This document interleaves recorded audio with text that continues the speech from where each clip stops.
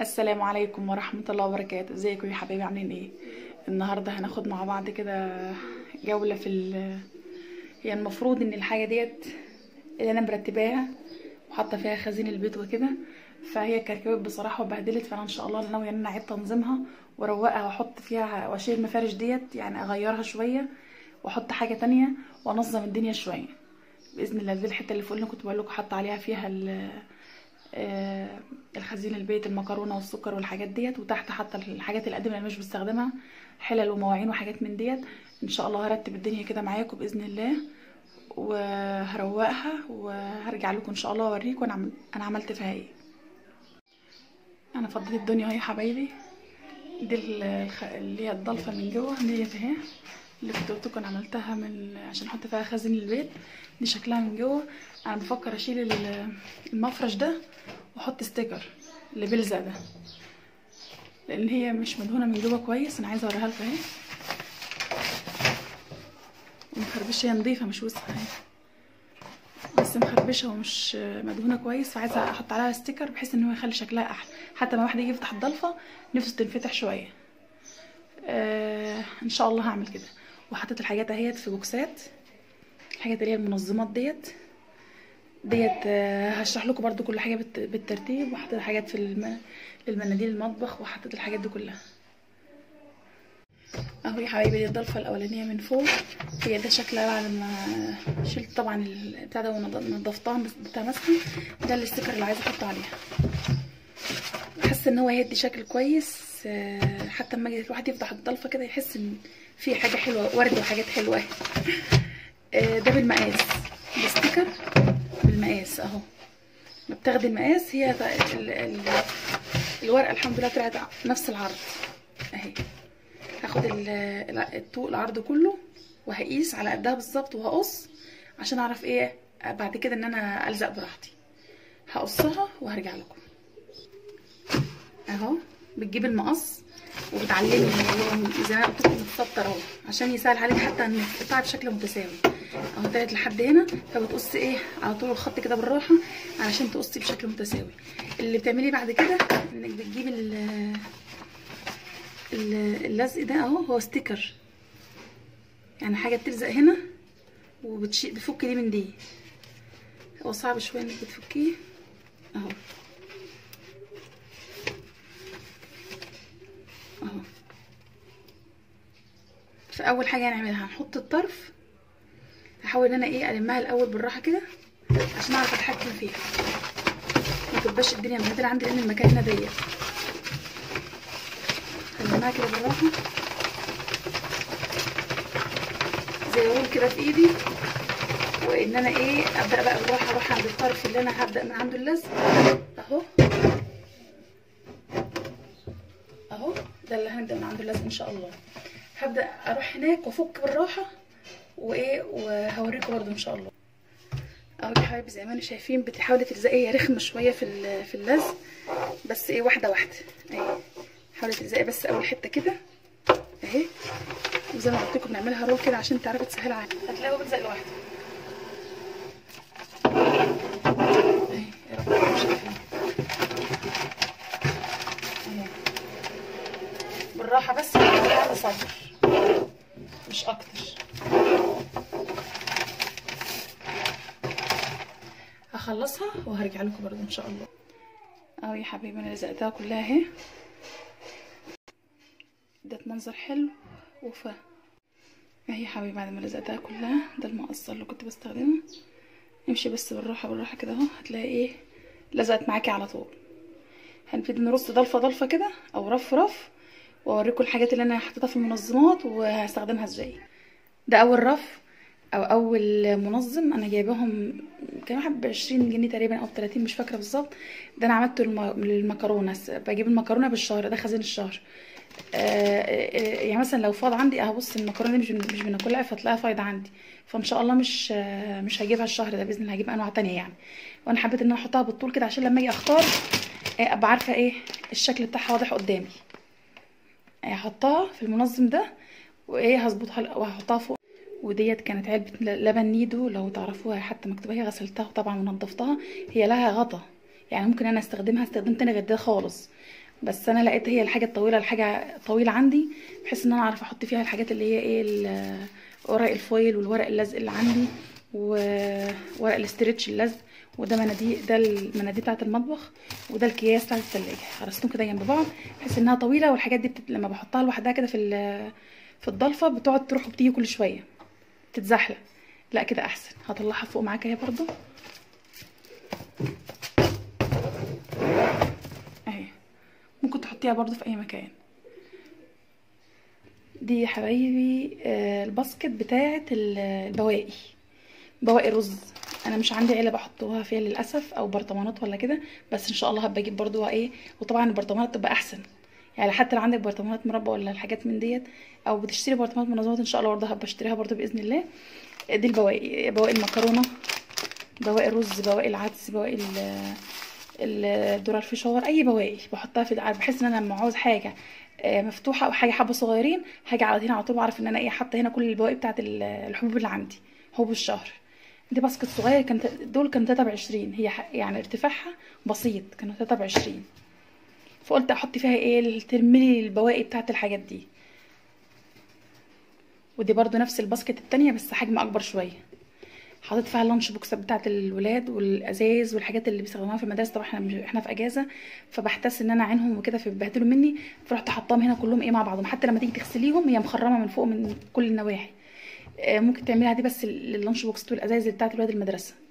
طبعا لما اجيب حاجه بلاستيك زي كده لازم تكون بلس المكتوب عليها كده مثلث من ورا 5 وبي بي.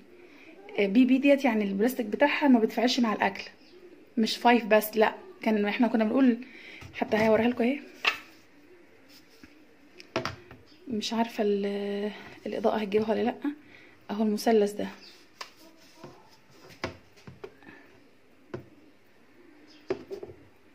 اهو، المثلث ده مكتوب فيه جواه اهي، لا واضحه باين 5 بي بي، معنى انها 5 اي نوع اي ماركه، مش شرط بقى ان هي المثلث كده جواه 5 ان البلاستيك بتاعها امن، انك ممكن تحطي في ميه او تحطي في حاجه. وبي بي ديت ان هي ما بتفعلش مع الاطعمه، ما بتفعلش مع الحاجات اللي تتحط جواه. اي بلاستيك تجيبيه بالذات للولاد، بالذات للولاد حاجه تكون زي كده. وطبعا انا شفت رصيدهم في الباسكت ديت عشان ايه، حتى في اجازه في اي حاجه خلاص انا دول اتركنوا كده على جنب، اجي اغسلهم برضه احطها فيها وخلاص كده. ديت الباسكت بتاعتي اللي انا بحط فيها، مش باسكت هي او منظم، دي كانت علبه حلاوه جبتها، كنت جايبها من السوبر ماركت، غسلتها برضو ونضفتها، وبحط فيها زيت التمويل لان الزيت لما يعني تلاقي تحت الازازه معلم، فايه حطاهم دول زيت التموين، زيت الاكل، اي حاجه تحس ان او سمنه، او ممكن تحط علبه السمنه هنا. ده برطمان فيه ملح الليمون والكربونات والحاجات اللي انا بستخدمها في التنظيف، دول برضه هحطهم على جنب مع بعض كده في باسكت واحد، بحيث انت لما تروحي تجيبي حاجه تبقى عارفه انت هتجيبي ايه.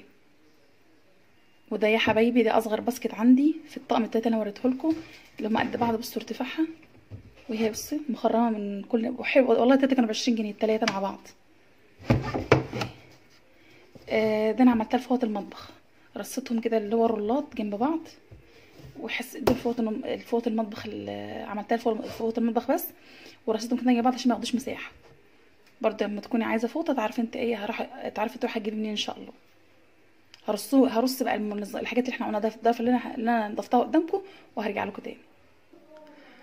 او يا حبيبي بعد ما رتبتهم ونظمتهم فوق، ترتبي بالطريقه اللي تعجبك وبالطريقه المتاحه ليك ان انت تعرفي تستخدميها. خلي دايما الحاجه اللي ورا اللي انت مش هتستخدميها، يعني حتى اللي ورا المكرونه الحاجات ديت مش هجرها على طول، يعني حتى لو عوزت هطول منها قدام. وحطيت قدامها الفوط المطبخ اللي هي البوكس الصغير ده، بحيث ان الفوط بتسحبيها على طول، والحاجات الطويله دي ورا اهي عشان ما تاخدش مساحه. وبوكس اللي هو فيه اللانش بوكسات العيال والازاز ورا خالص اهو. والبواقي طبعا انت بتستخدمها على طول، حطي عايزه تحطي اي حاجه تاني. ونسيت برضه احط اهو يا حبايبي والورد، والله الستيكر ورد ده شكله حلو قوي حتى لما بتيجي تفتحي عايزه اوريها لكم برضه، حتى لما تيجي تفتحي تحسي ان في حاجه حلوه كده قدامك بدل ما هي مدهونه شكلها وحش. انا مسميه دي ضرفه الكراكيب. صواني مش عاوزاها، اطباق لميت كل الطباق اللي هي ممكن ان انا مش هحتاجها، وزحمال الرشاقه. حاجات انا كنت شاريها ولسه ما استخدمتهاش. هنا برضو عندي خلاط ان شاء الله برضه هبطلعه وافرشه معاكم. وصواني، ودي مكنه البتاع اللي مش لها ريحه اللازمه ديت، اللي هي بتاعه البيتي فور ديت، معرفش احنا بنجيبها ليه اصلا، ولا بعرف بيستخدموها ازاي.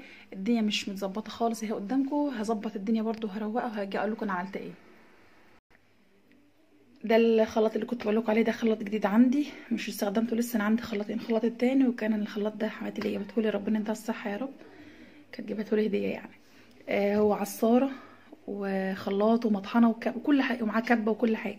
فانا ركنته بصراحه، مش التاني ما شاء الله عندي حلو، هو قديم بس كويس شغال. فسبت ده لحد ما ربنا يسهل الحال ايه وابقى ايه استخدمه.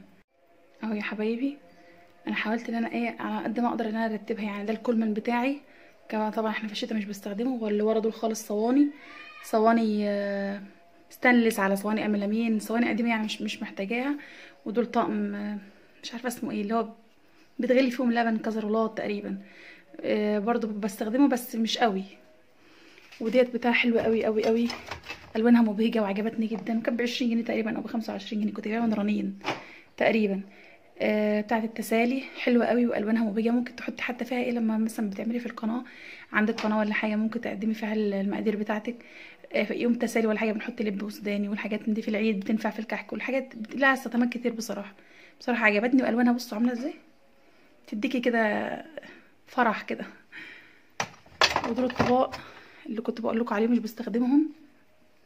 ودي برضو كنت جايباها من رنين تقريبا، كانت ب15 جنيه تقريبا. ده هو طقم المكيال، يعني من الكوبايه تقريبا للنص الربع لحد المعلقه.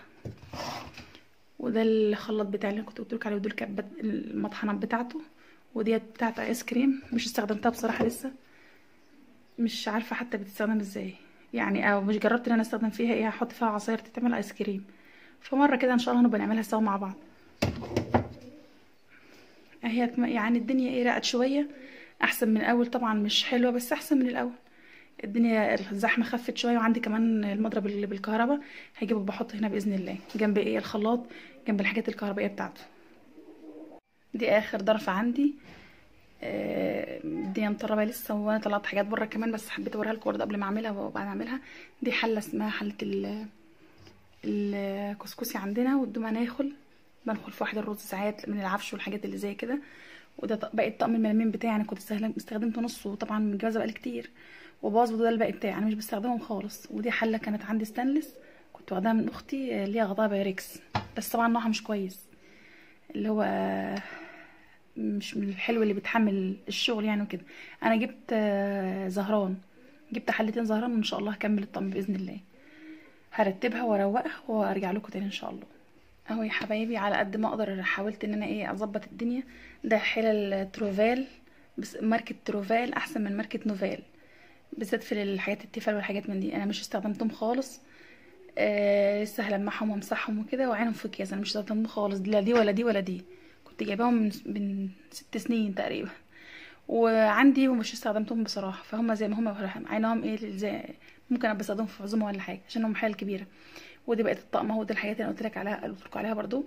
وديت كانت لانش بوكسات، كان جوزي جايبها لولادنا، فكان جايب مره وانا جبت مره. فهم خد اللي فوق دول هم اللي بيستخدموهم، ودول لسه ما استخدمهمش. ودي حتى ازازه الميه اهيت لسه محدش فتحها اهي. ودول اللانش بوكسات فيه اللي هو المقسم ده حلو بصراحه اهو، جاي معاه حتى اهو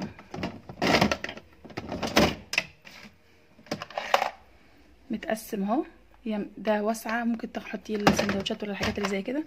ودي حته ضيقه اهي، بيجي معاه شوكه وسكين. بصراحه حلو وخامته حلوه، وماركه ماكس لو تعرفوها، اكيد في ناس عارفه ماركه ماكس بتاعه البلاستيك، حاجه نظيفه يعني، حاجه كويسه. اما تجيبوا حاجات بالذات لحاجات لاولادنا يعني يستخدموها في اكل او شرب او حاجات من دي، لازم تكون حاجه حلوه. ماركه حلو، مش ماركه حتى يعني بلاستيك نظيف. ربنا يحفظ اولادنا جميعا يا رب.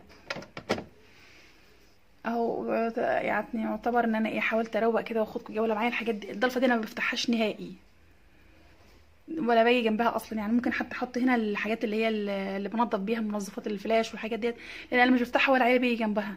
فبستخدمها حاجات انا مش هستخدمها على طول، ما بفتحهاش خالص. ديت ممكن بستخدمها شويه. بجيب مثلا مطحنه، بجيب منها المعيار، بجيب منها الحاجات ديت. ممكن انما اللي ايدي فيها على طول هي اللي في النص دي فوق ديت، انا لسه ما رتبتهاش اهي، واللي فوق خالص لسه ما رتبتش انا الحته اللي ايه المفتوحه دي. عايزه احط عليها ستيكر كويس، واحط عليها حاجات تدي شكل حلو اللي يخش المطبخ يبقى شكلها كويس يعني. اهو يا حبايبي اعتبر انا كده خلصت. هوريكم الضلف كلها بعد ما رتبتها. دي الضلفه اللي فوق خالص يا بضلف بتتقفل يعني. ودي الضلفه اللي في النص فرشت فيها المفرش اللي هو اللي بستيكر ده. وده طقم البايركس بتاعي، وده الشيف كده، وده طقم كان فناجين قهوه. عملت نص للقهوه يعني، نص للصيني ونص نص اركوبال ونص صيني، 3 و3.